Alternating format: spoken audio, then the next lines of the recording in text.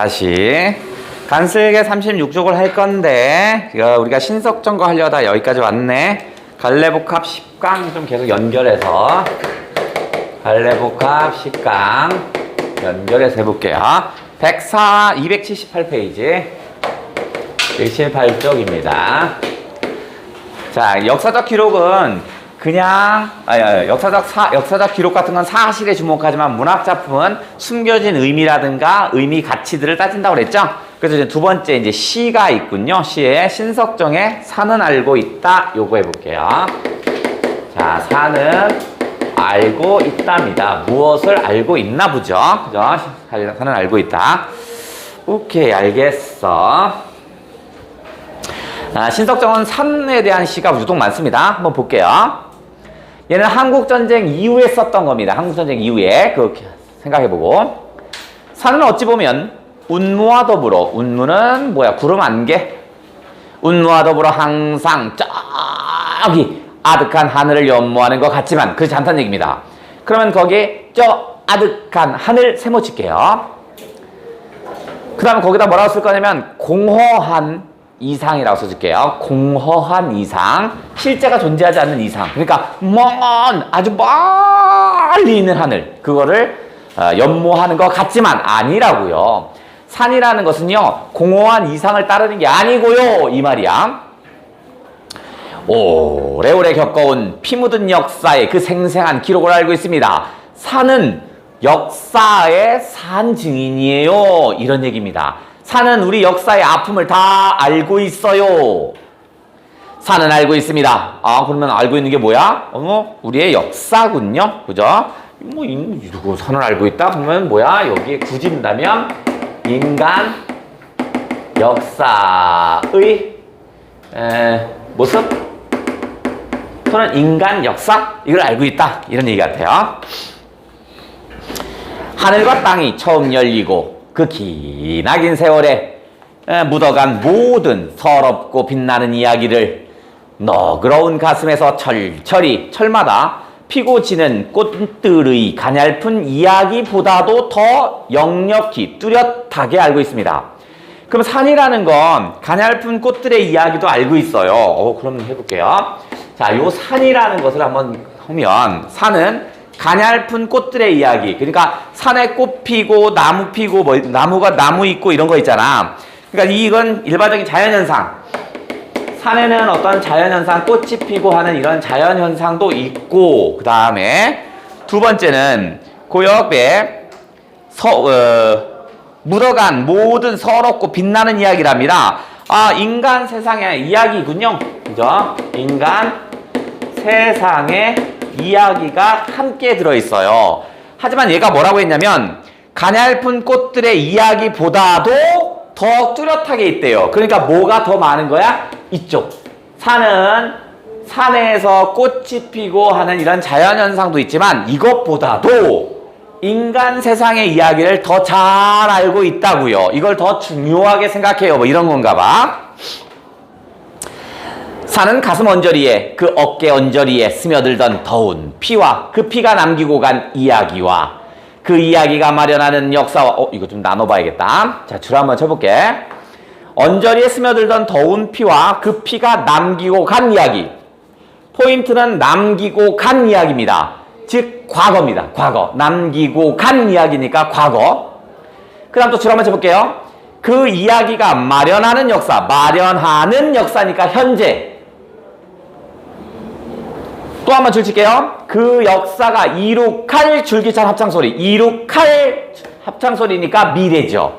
아, 그러니까 이 산에는요, 과거의 모습과 현재의 모습이 공존해 있어요. 그러면서 미래의 모습을 제시하는 곳인가 봐. 산은 역력히 뚜렷하게 알고 있습니다. 이슬 젖은 하얀 총루는 그냥 뼈, 해골. 뒹구는 저 능선과 골짜기에도 뭐 이런 말이겠죠. 그러니까 한국전쟁이 일어나면서 사람이 죽었을 거 아니냐. 그거 어디서? 산에서 모두 다 기록되어 있는 거야, 산에.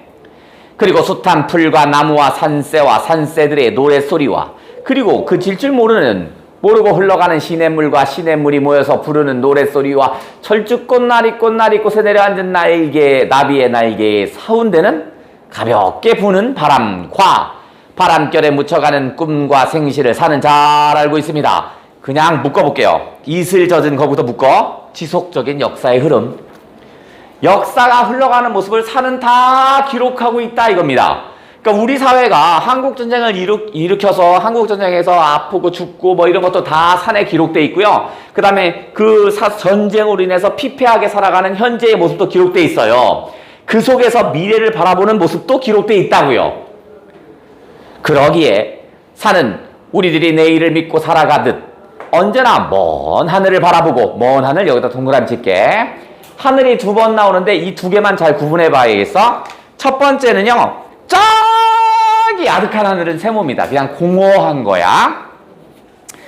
근데 여기서 먼 하늘은요, 먼 하늘은 우리가 과거 현재가 기록된 산이 미래를 바라보는 겁니다. 그러니까 이거는 현실을 바탕으로 둔 이상입니다. 현실을 바탕으로 둔 이상이야. 우리가 과거에 이런 아픔을 겪었고 현재 이런 모습을 뵀으니까 미래는 여기까지가 되겠구나 이런 거야. 그러니까 일종의 희망인데 현실에 바탕을 둔 겁니다. 그냥 공허한 게 아니야. 이런 과거의 아픔을 겪었으니까 미래는 이렇게 될 거야 를 바라보며 가슴을 벌린 채 피 묻은 역사의 기록을 외우면서 손을 들어 우리들을 부를 것입니다. 과거의 역사 기록을 되뇌이면서 미래를 제시합니다. 이겁니다. 그게 어디야? 먼 하늘. 산이여, 나도 알고 있습니다. 네가 아는 것처럼 나도 역사의 모습을 다 알고 있고 앞으로 어떻게 살아야지 다 알아요. 너처럼.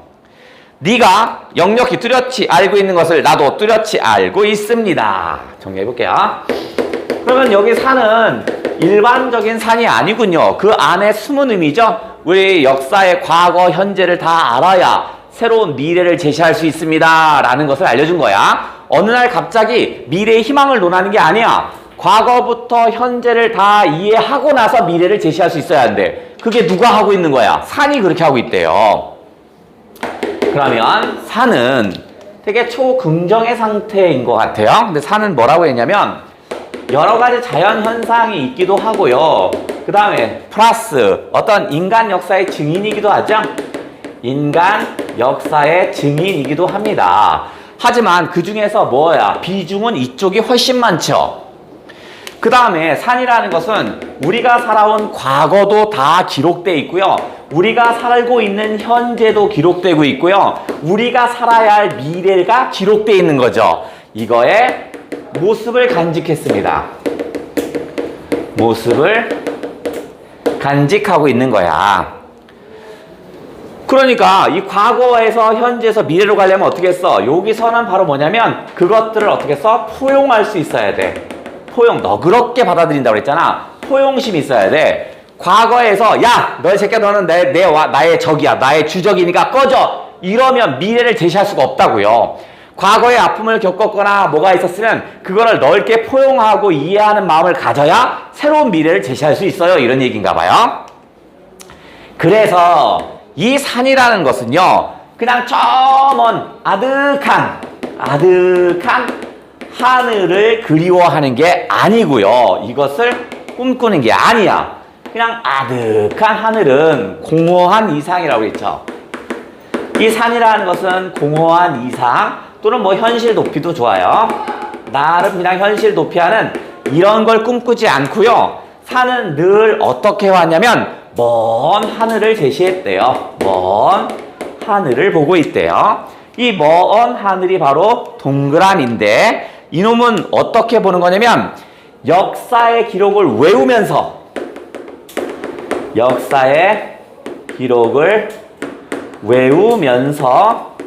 부르고 있다고 그랬죠.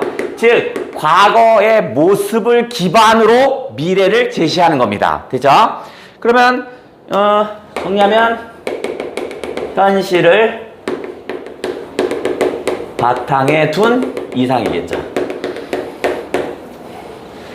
근데 이것을 누구도 알고 있다. 이렇게 긍정적인 모습을 하고 있는 걸 누구도 알고 있다? 바로 나도 알고 있다. 나를 동일시하고 있는 거죠.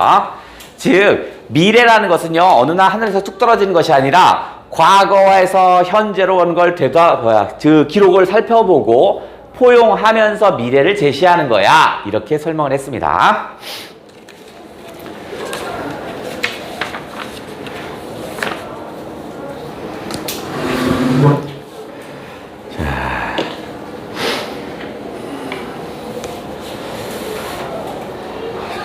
그 다음에 신석정의 밤의 노래가 있네.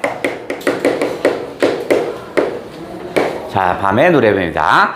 요것들이 지금 현재 다 유사작품에 해당되는 겁니다. 유사작품에 해당되는 거야.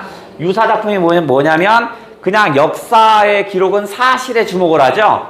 밤이라는 사실에 주목하지만 사실은 얘는 어떻게 써? 그 이면에 담겨있는 숨겨진 진실이라든가 밤의 의미라든가 가치에 중심을 둔다고 그랬죠. 다 유사작품입니다. 한번 볼게요.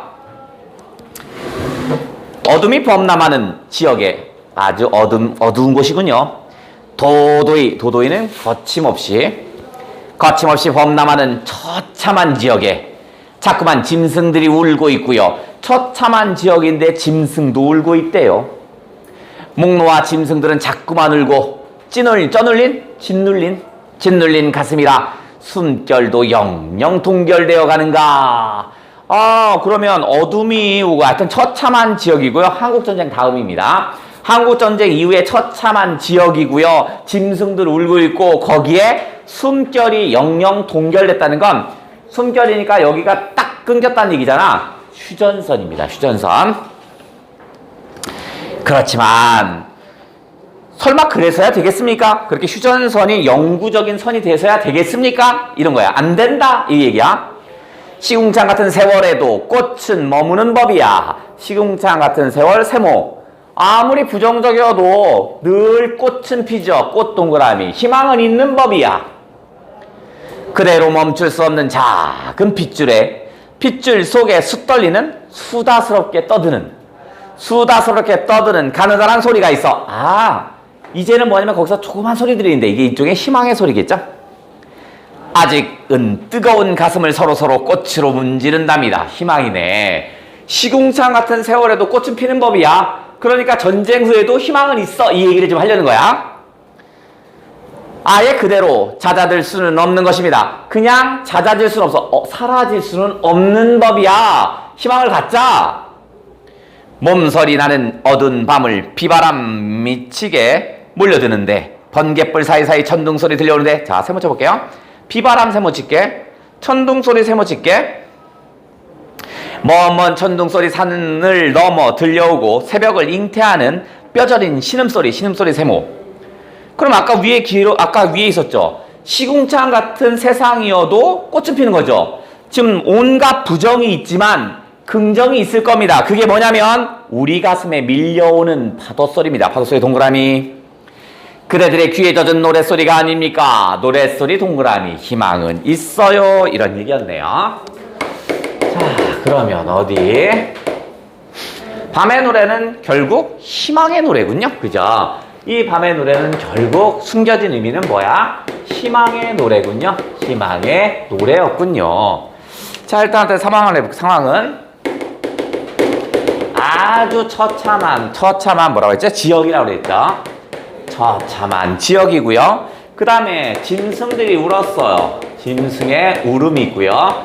이거에서 더 지나쳐서 숨결이 동결될 듯하다고 그랬죠? 숨결이 동결될 듯하대요. 휴전선이죠. 그래서 요 전체가 부정이야. 그런데 시궁창 같은 세월도 같은 세월이 있다 하더라도 늘 뭐가 펴요? 꽃이 피죠? 아무리 부정적이어도 긍정은 늘 있군요. 부정적이지만 이런 계기에 의해서 긍정을 찾자라는 얘기잖아. 지금 현재는 어떤 거냐면 비바람이 몰아치고 있고요. 그 다음에 또 뭐 있어요? 천둥 소리가 나고 있고요. 천둥소리. 그 다음에 뭐 있지? 신음소리가 나고 있습니다. 신음소리. 즉 부정입니다. 하지만 우리가 아까 배웠잖아. 시궁창 같은 세월에도 꽃은 필 수 있다며. 그러니까 이런 부정이 있어도 우리에는 뭐가 들려요? 바로 파도소리가 들려오고 있죠. 그 다음 뭐가 있어? 노랫소리가 들려올 것입니다. 희망은 올 거예요. 왜냐면 시궁창 같은 세월에도 꽃은 피거든요. 이런 얘기였네요.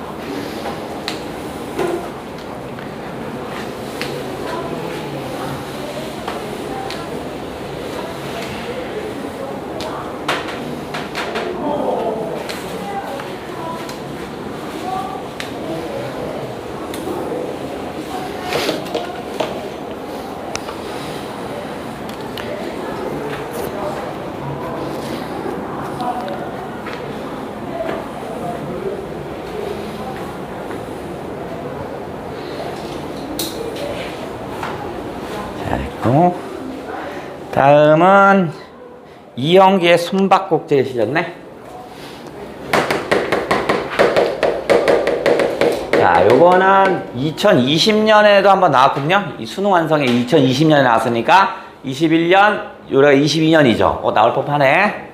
자, 이건 20년 수능 완성에 있었던 겁니다. 20년 수능 완성에 한번 나왔더니 올해 또다시 아니구나. 이거 지금 간섭에 있는 거구나.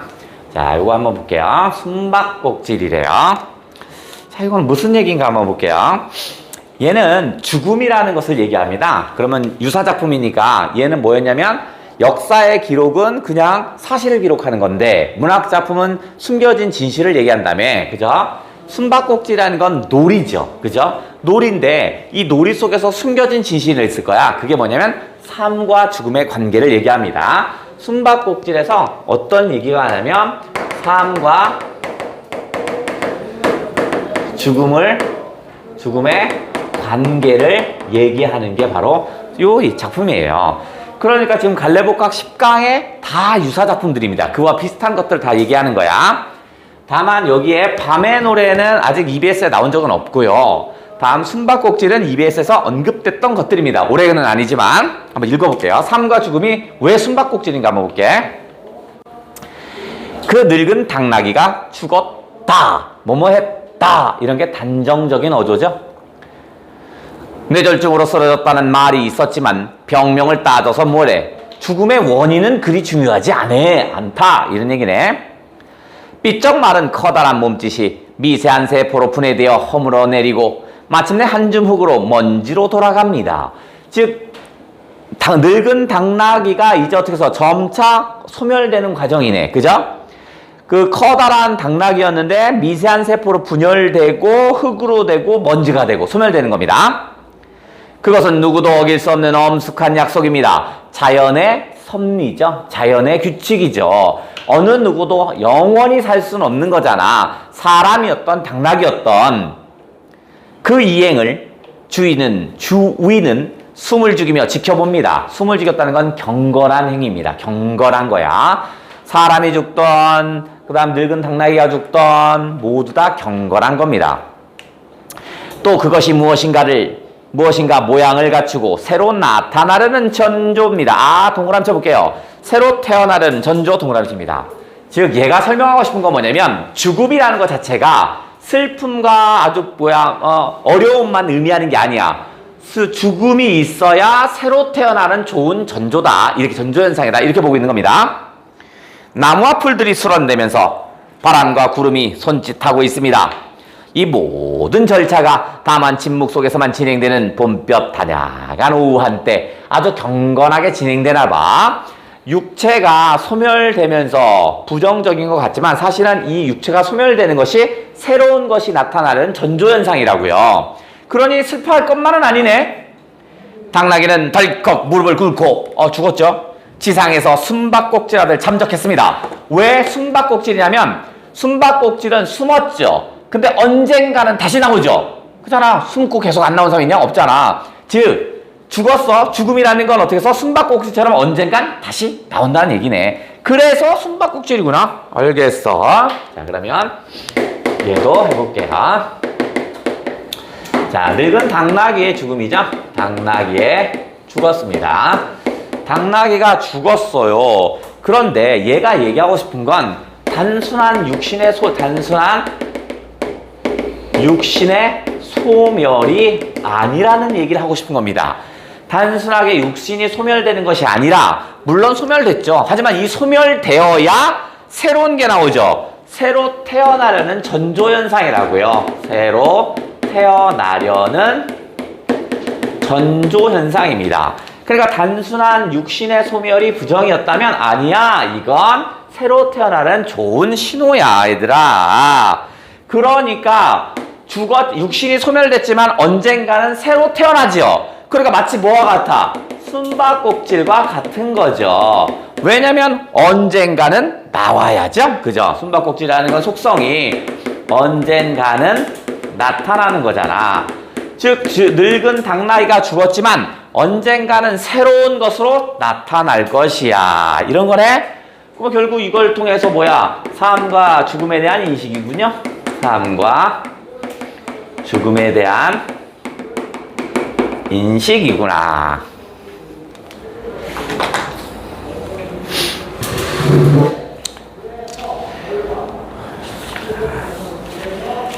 자, 그러면 갈래복합 10강의 5문제를 풀 수 있고요. 그 다음에 간슬개의 2일차도 풀 수 있죠. 2일차는 당연히 풀려 있을 거니까 갈래복합 10강 정도만 풀면 되겠지.